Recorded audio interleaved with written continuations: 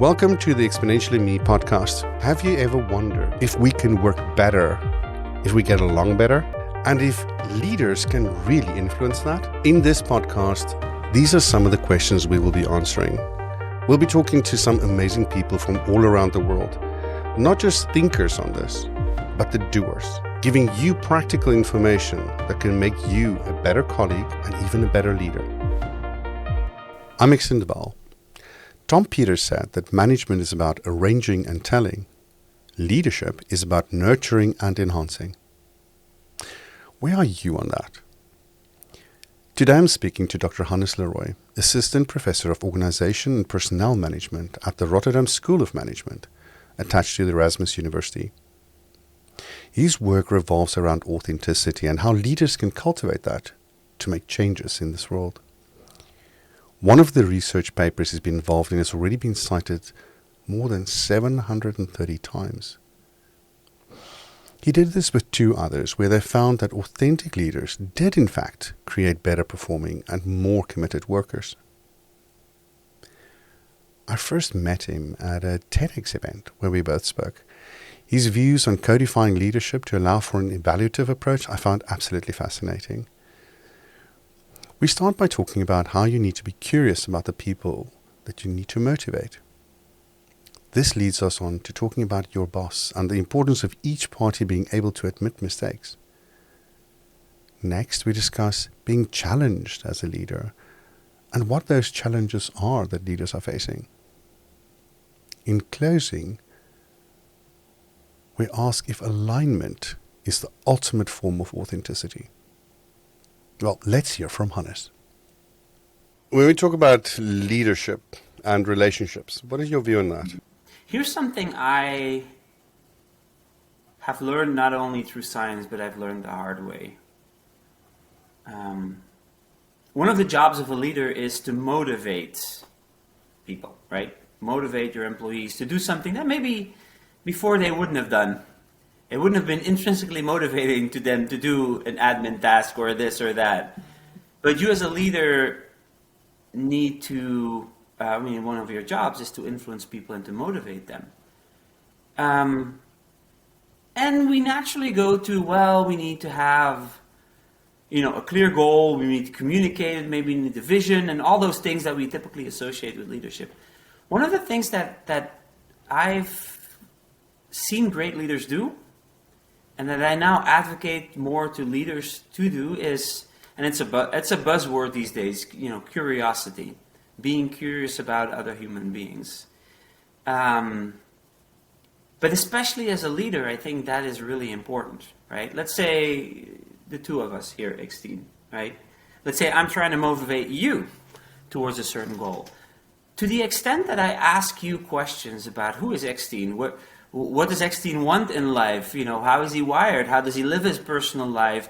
What does he do for hobbies? Like all these things that make me get a better understanding of who you are and how you're wired. That's all information that I as a leader now can use to, for example, design the job in such a way that you will find it maximally pleasing. That it would be information that I could use to frame a certain task in a way that you could understand okay, but I also find that important. And so I find that leaders don't ask enough questions and are not always kind of genuinely interested in the personal story. Now, it's a tough balancing act, right? You could say we're in the workplace, we're not supposed to ask personal stories. I guess maybe I have a little bit of an extreme view on that. Well, extreme or we only live once, and most of the time that we live, we spend actually in the workplace. Just think about it. You go home, but most of the time at home you're sleeping.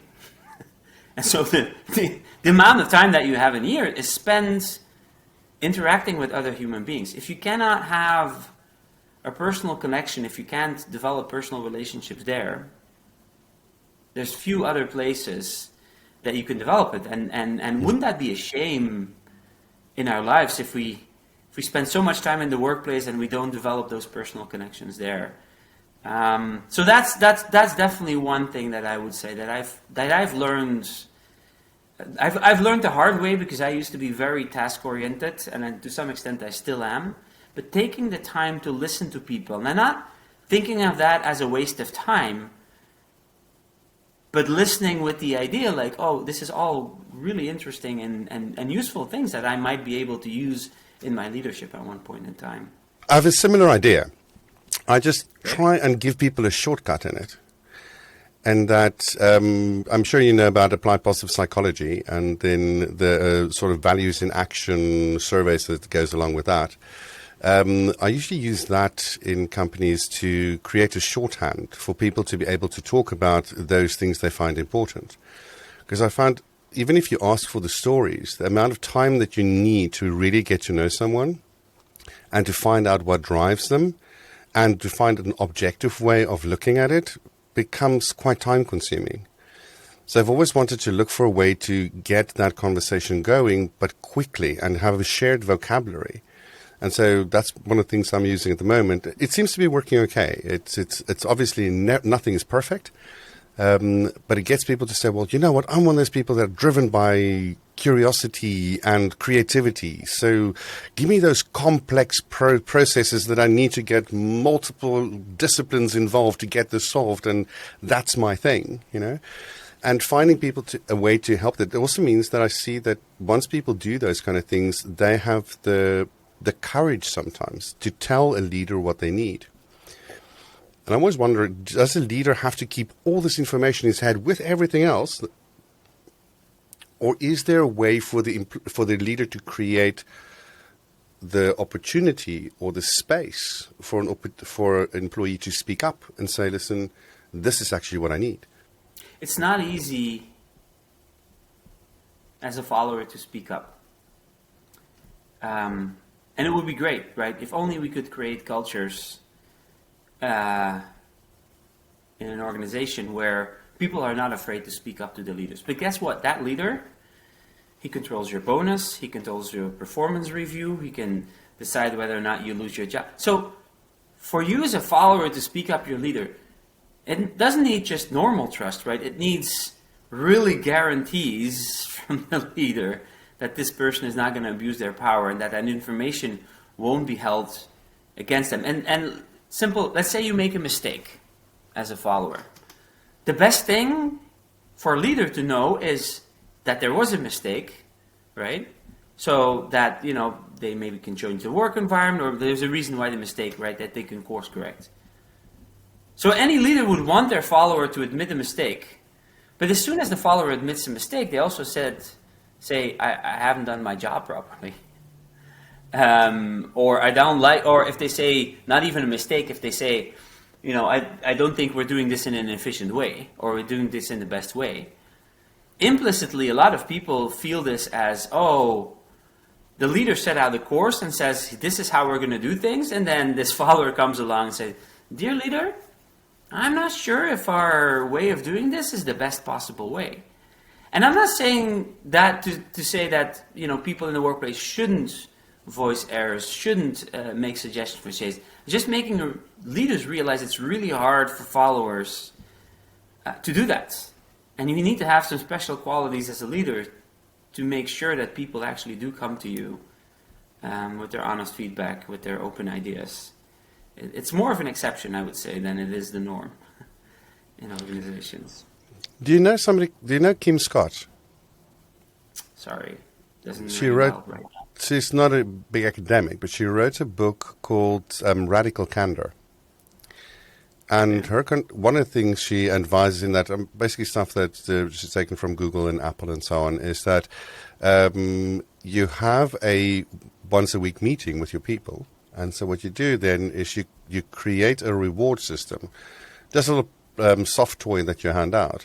And in essence, that toy is a reward for the person that confesses the biggest thing that they have screwed up on, with the exception that things that are illegal or against company policy should not be confessed. And then, and it's like an AA meeting where you go like, I, ex-individual, screwed up on X, okay, and I would like your forgiveness. And everybody in the team says, excellent, we forgive you. And from that point onwards, the leader is not allowed to use that in a negative way anymore. Yeah, for sure. And I've heard, I know this under the form of like a golden egg exercise, but it's pretty much the same thing. And that could definitely create psychological safety. And it's a great structure to have in place, but I would say the first to start then in those meetings should be the leader.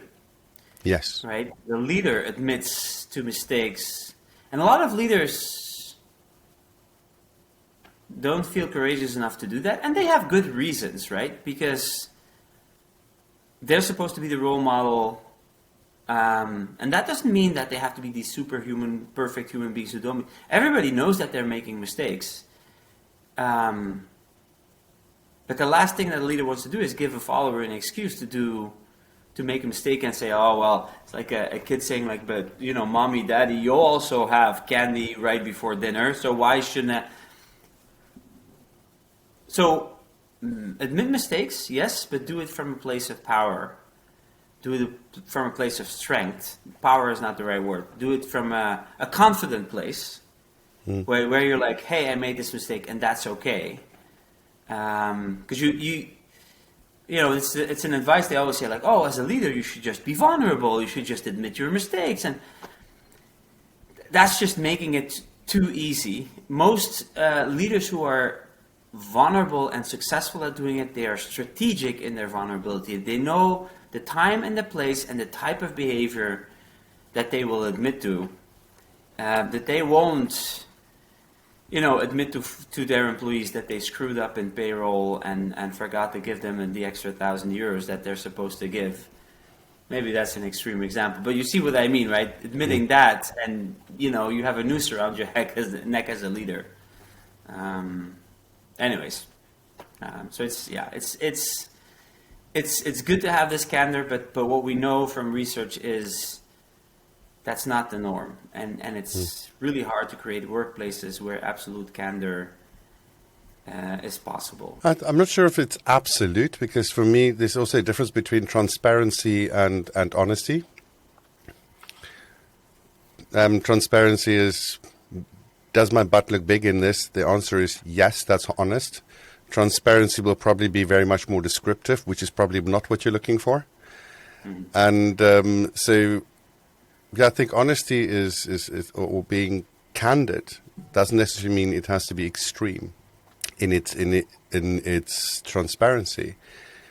The thing is that if we want to create a world where the ideals of, let's say, Generation X and Y and now millennials and Z and all the rest of it can be fulfilled, we see that everybody in their teenage, sort of late teens, early 20s are very idealistic and optimistic and everything else. And by the time they hit 30 in their work environments, we've sort of beaten it out of them. The question is that something we should be doing? You mean beating those values out of them? Or what do you mean? What should we be doing? The thing is, in that time period, usually 18 to 25, you grow up you learn about isolation and intimacy. It's an ideal moment to teach people about vulnerability and about authenticity and what that means in the workplace. If we look at some studies, I think it was Accenture that did a study a few years ago where the conclusion was that after about 6 months, the millennials looked like everybody else in the company. And I was just very sad when I read that, because I thought to myself, you've broken idealism. It's like you've taken away the beauty of the young aspiring mind and told it, no, stay in your box, stay in your lane. You know, I just felt very... Yeah, I could see that, although that's the thing with idealism, or, you know, thinking of things in utopic terms. It is really out there. It's probably not going to manifest itself in that exact form. For example, let's talk about honesty. As Jack Nicholson said to, what was it, Tom Cruise in the courtroom, you want the truth, you can't handle the truth. And it's nice to think of an environment where everybody is completely honest with each other, but we are mostly fragile human beings who are not really well equipped to handle truth. And most of us who have tried candid truth telling at one or other point in our lives have realized that it was really difficult and painful in the moment. So it's that we can move closer to a more authentic world where there is more transparency or more honesty, and so yes. But to assume that there's an idealistic, utopic world where everybody's just honest to each other the whole time is just that would suggest that we don't understand human nature very well if we think that that's possible. The same with speaking up, for example, right? You have to realize that these followers, they're scared. They don't want to lose their job. They don't want to lose their promotion, and so forth, and so forth. So for them to just blurt out any idea that they have, it challenges the hierarchy. It challenges the ordering of things. So there's a good reason why we don't do that all the time, because to effectively work together, we also need some sort of order and structure to things. So if you're constantly challenging how things are being done, then things aren't being done because you're constantly so there's a reason why, and so it's we have to be realistic about that. It sounds very adversarial instead of cooperative. How so? What makes you say or think that? I can't speak up because I need to be afraid of what's going to happen. That fear element there. I mean, from some of the research I've read, it's that it doesn't do us any good for long-term motivation. And so, how do we turn that around? Well, you mentioned the word fear. I often, when I coach executives, I often just talk about being smart. So, for example, let's say you have an initiative with which you want to change the organization, right? Part of our human nature, especially when we're discontent about something, is we want to blurt it out. We want to vent it, right? If you're my boss, X-Teen, and I'm really unhappy, I'll be like, X-Teen, I really don't like, and there it goes, right? Mm-hmm. And I'll be happy afterwards because I was able to vent it. Does that mean you'll actually adopt my ideas, X-Teen, or you'll do something about it? Likely not. Because that was an emotionally driven reaction by me. Better is to think about, okay, what is it that I want to do change? What I want to change, and then how can I get there? And what are the steps left and right that I can take to make that change happen? So you say it's about fear, and sometimes it is about fear. People fear not speaking up, and they keep it silent. But I think other times you can actually have meaningful change, but it's likely not going to be by a radical candor session where you throw your truth in somebody else's face. But maybe you wait for the right time and the right place to talk to your supervisor.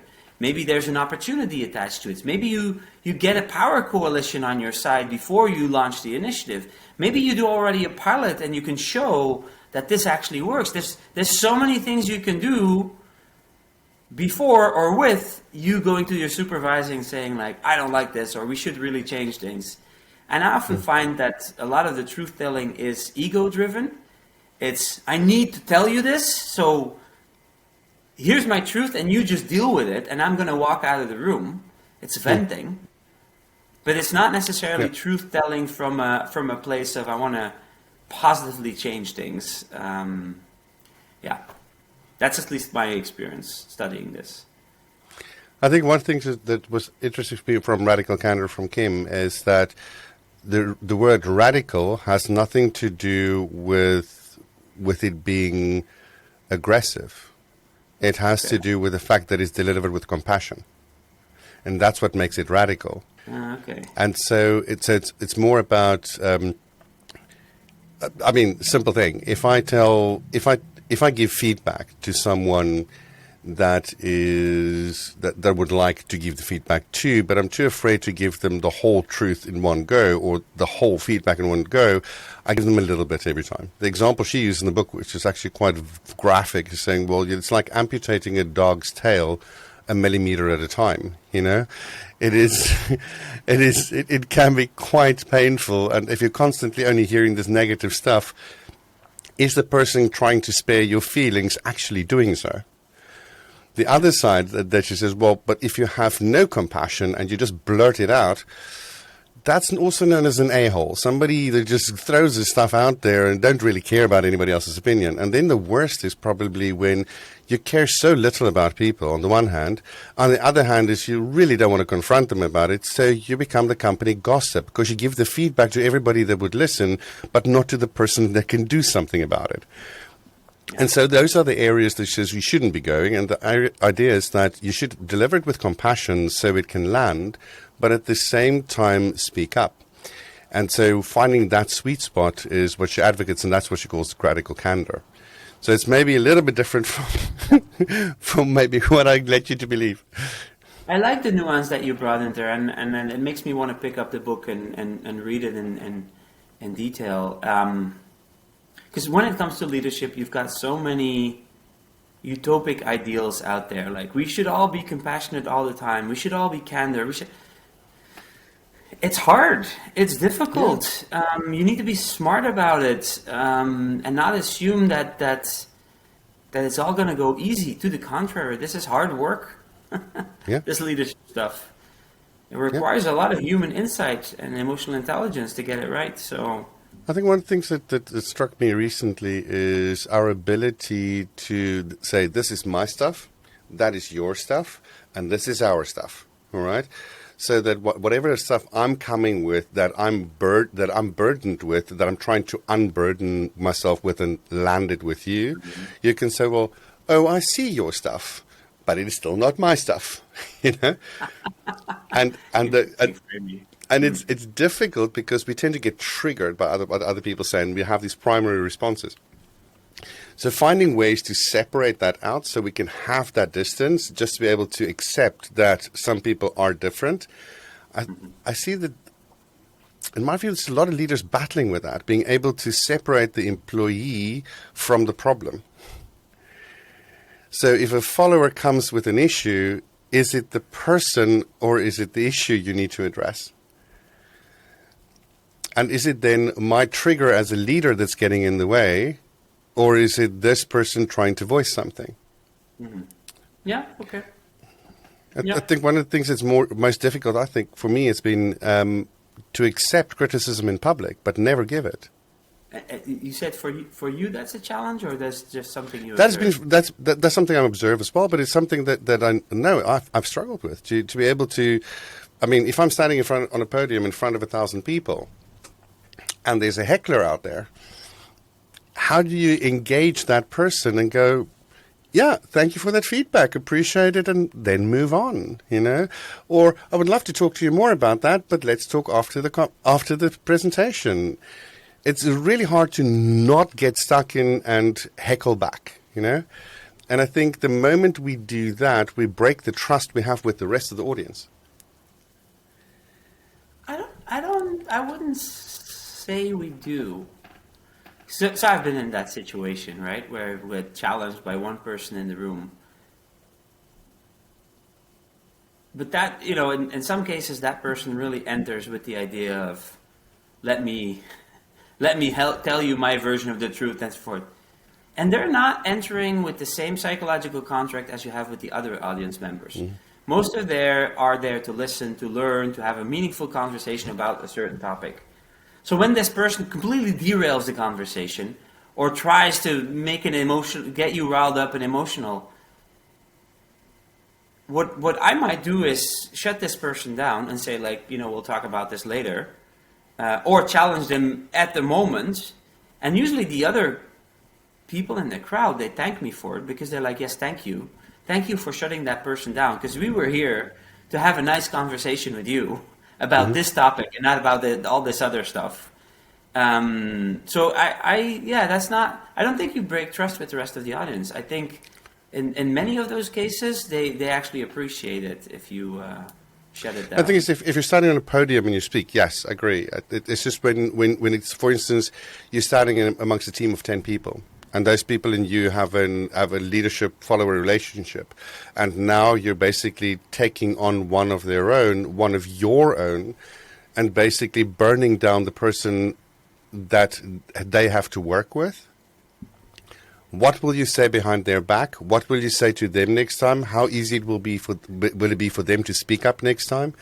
So that's why I tend to park it, take it, and not react, because the moment I react and show any kind of emotional engagement in that, or pain or frustration or anything like that, I'm under a microscope, because I'm being viewed constantly to figure out, is my response going to create fear in others?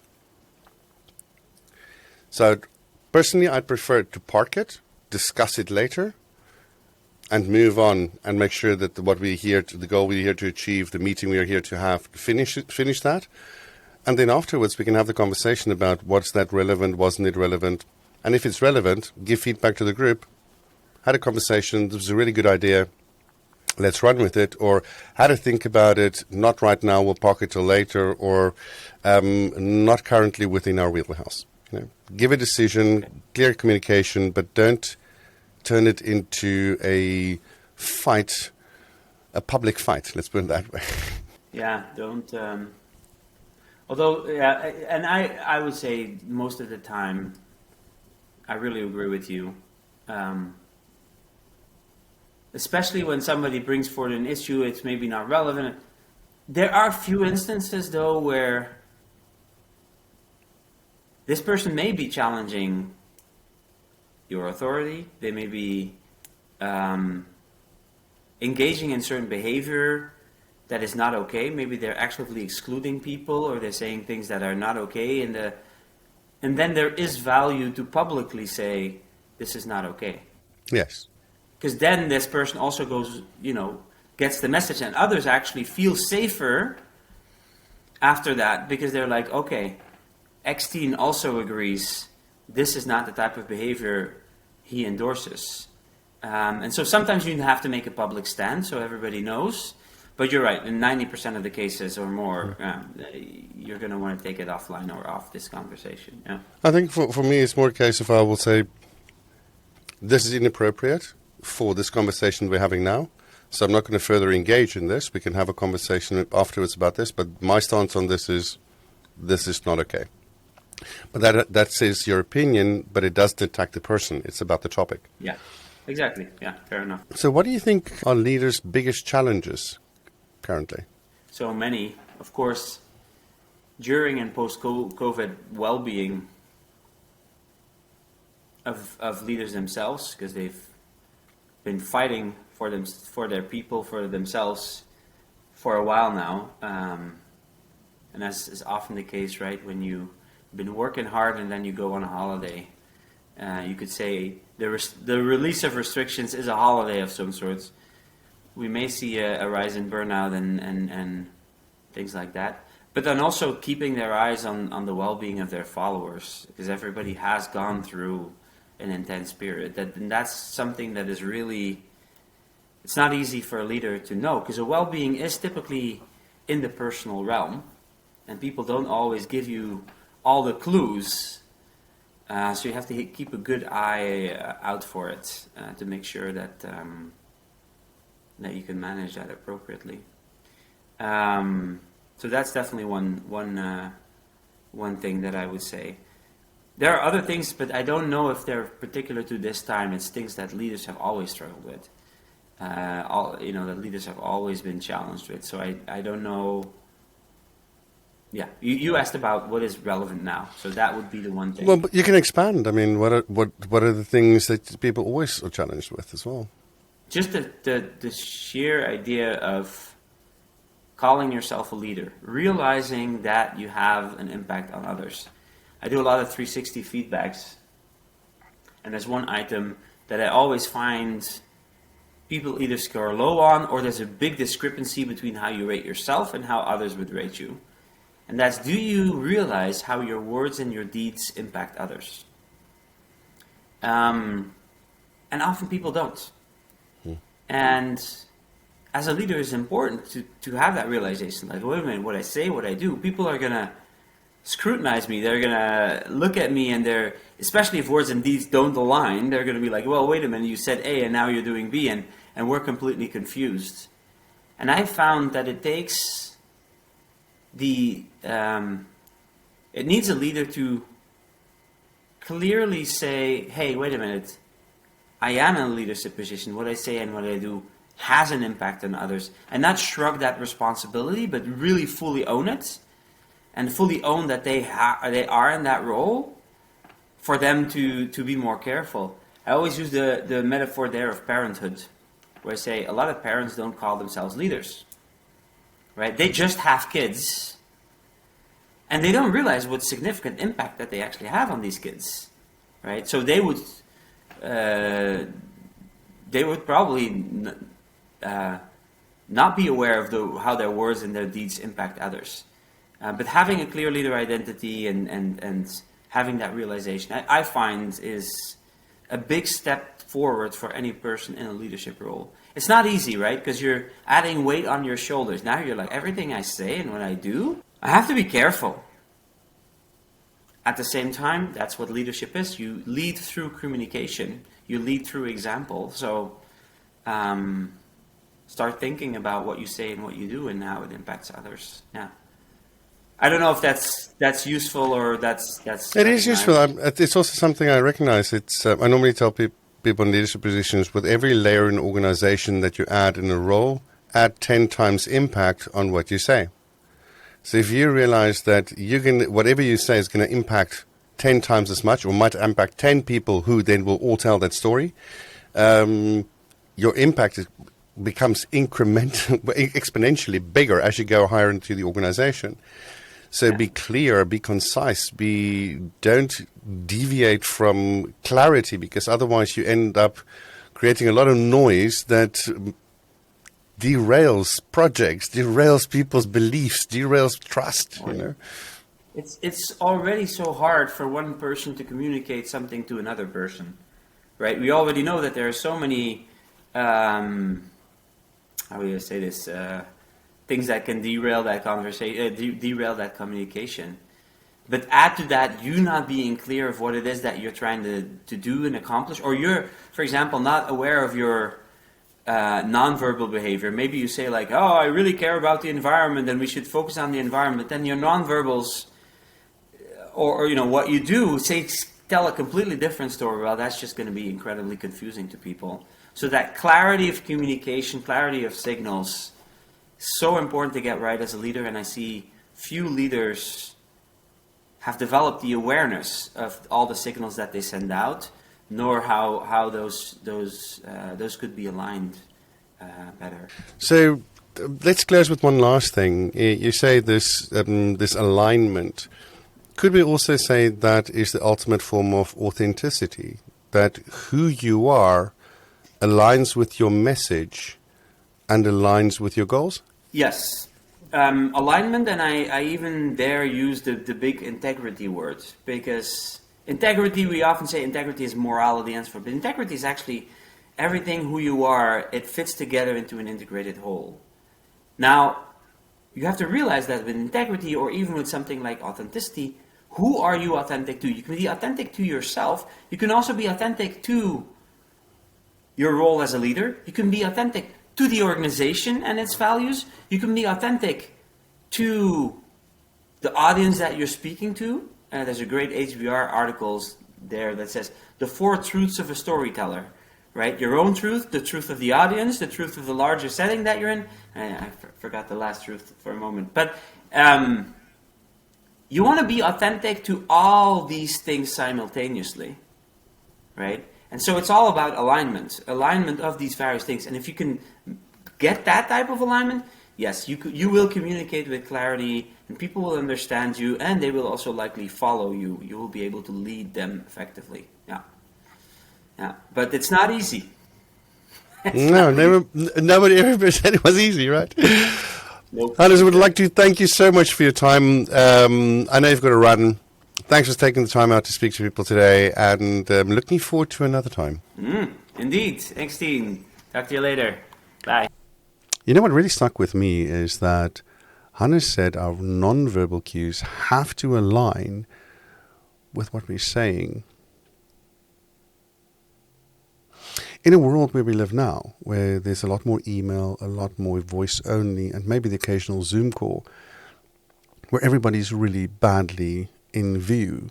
You could hardly see any facial expressions. How do we now judge authenticity? How do we know if someone is speaking from the heart? It reminds me of the podcast I did with Cynthia Bryant and the speech she did in April 2021 for the PSA, where she spoke about how closing your eyes can sometimes give you insights into what is happening. I'm wondering how often we're going to need to close our eyes just to hear or to listen. And if our eyes are not getting in the way sometimes. Well, it's just a thought. I wonder what your feelings are about this. What would you do in this new world that we live in where personal contact is limited? How can we listen better if we don't have to use our eyes?